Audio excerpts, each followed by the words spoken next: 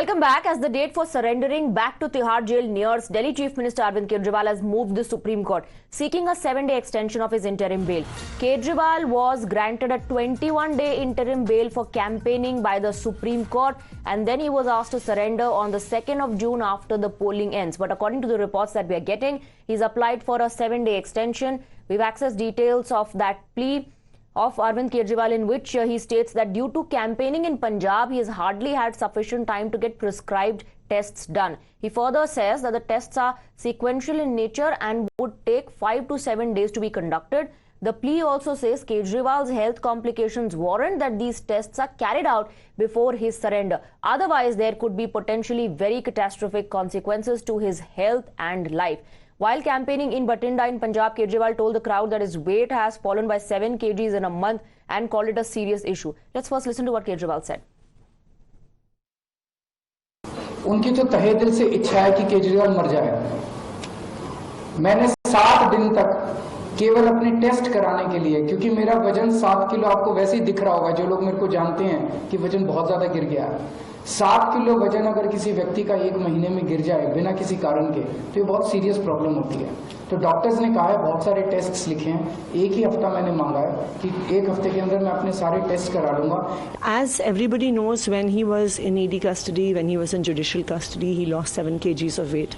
This sudden weight loss, unexplained weight loss, is a matter of concern for doctors. Despite being out of custody and under medical supervision, he has not been able to regain that weight again. Early tests have indicated that his ketone levels are extremely high. Unexplained sudden weight loss along with high ketone levels could be the indicator of some serious medical ailments, including damage to the kidneys, including cancer as well. But on the other hand, BJP has termed it as another excuse by Kejriwal to avoid jail. Slamming Delhi Chief Minister, BJP leaders said Kejriwal is fit to hold multiple rallies in a day, but when it comes to returning to jail, he claims to be sick. Arvind Kejriwal नौटंकीबाज हैं। पूरे प्रचार में उनकी तबीयत ठीक थी, भीषण गर्मी में भी वो प्रचार कर रहे थे, कोई दिक्कत नहीं थी उनको, और अभी भी पंजाब के प्रचार में है।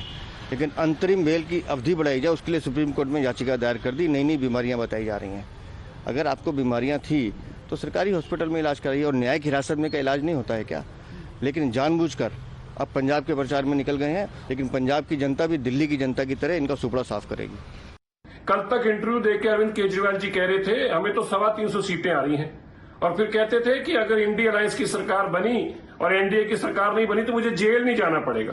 तो एक बात तो स्पष्ट है अरविंद केजरीवाल जी अब, कि इंडिया अलायंस की सरकार भी नहीं आ रही और बीजेपी को फुल मैंडेट भी आ रहा है और आपको जेल भी जाना पड़ेगा, इसीलिए आप जमानत मांग रहे हैं। हैरानगी इस बात की है, जो आदमी तंदुरुस्त बाहर घूम रहा है, सारा दिन प्रधानमंत्री जी को लेकर सारे देश को गालियां निकाल रहे हैं, जब जेल जाने की बारी आती है उनकी तबीयत खराब हो जाती है। Well, the Congress meanwhile has defended Kejriwal's plea for extension of interim bail, saying his reason for seeking extension are legitimate. ये निश्चित रूप से जिस संदर्भ में जिस परिस्थिति उन्होंने बेल मांगा है उचित है। अब तो मैंने कोर्ट को निर्णय करना है, न्यायालय को निर्णय करना है कि हर परिस्थिति विचार करके देती कि नहीं देती है, और उसमें सरकार का दबाव होता कि नहीं होता है, ये देखना होगा। With that, we're slipping into a short break. News and updates will continue.